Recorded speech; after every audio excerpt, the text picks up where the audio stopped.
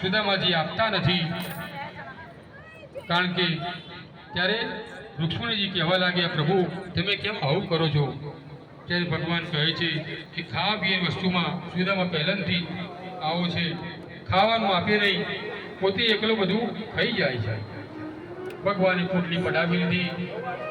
અંદરથી જે તાંદુલ હતા તે તાંદુલ ભગવાને પ્રેમથી આરોગ્યા છે. ભગવાને એક મુઠ્ઠી તાંદુલ આરોગ્યા, બીજી મુઠ્ઠી લેવા ગયા ત્યારે રુક્ષ્મણીજીએ ભગવાનનો હાથ પકડ્યો છે. બસ પ્રભુ બસ, કે હવે કેટલું આપશો? જ્યારે ભગવાન આપવા માટે બેસે છે ત્યારે પાછળ ઓલી જોતા નથી, હું મારા ભક્તને શું આપું છું? આકાશ પાતાળ ત્રણ લોકનું રાજ્ય ભગવાને તેને અર્પણ કર્યું છે.